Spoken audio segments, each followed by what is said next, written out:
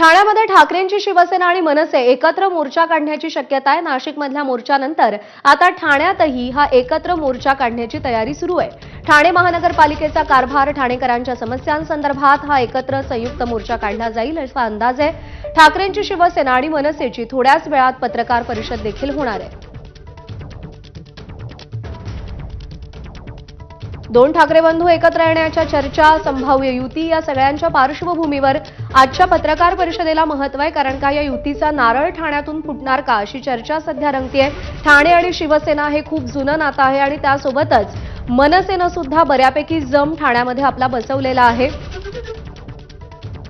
वेदांत नेब आपले प्रतिनिधी सध्या आपल्यासोबत आहेत। वेदांत, आता नाशिक नंतर ठाण्यात सुद्धा मनसे आणि ठाकरेंची शिवसेना एकत्रित मोर्चा काढतेय, स्थानिक प्रश्नांवर भाष्य करताना दिसतेय, अशी शक्यता वर्तवली जाते। काय चर्चा आहेत, काय अपडेट्स आहेत? प्रज्ञा, युतीची अधिकृत चर्चा होण्याआधी आपण रस्त्यावरची लढाई एकत्रितपणे मनसे आणि ठाकरेंच्या शिवसेनेची बघतोय। आधी आपण नाशिकला अशा प्रकारचा मोर्चा काही नागरिकांच्या प्रश्नांवर बघितला आणि अगदी तशाच प्रकारचा मोर्चा ठाण्यामध्ये सुद्धा काढला जाणार असल्याची माहिती मिळते।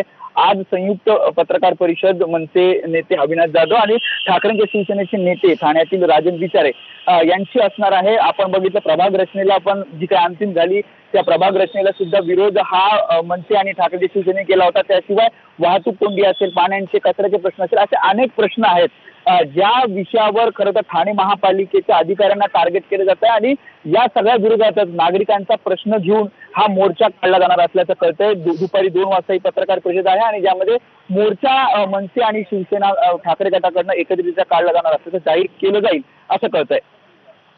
वेदांत, तुला विनंती, सोबत रहा, आणखी एका बातमीचे अपडेट तुझ्याकडून जाणून घ्यायचे।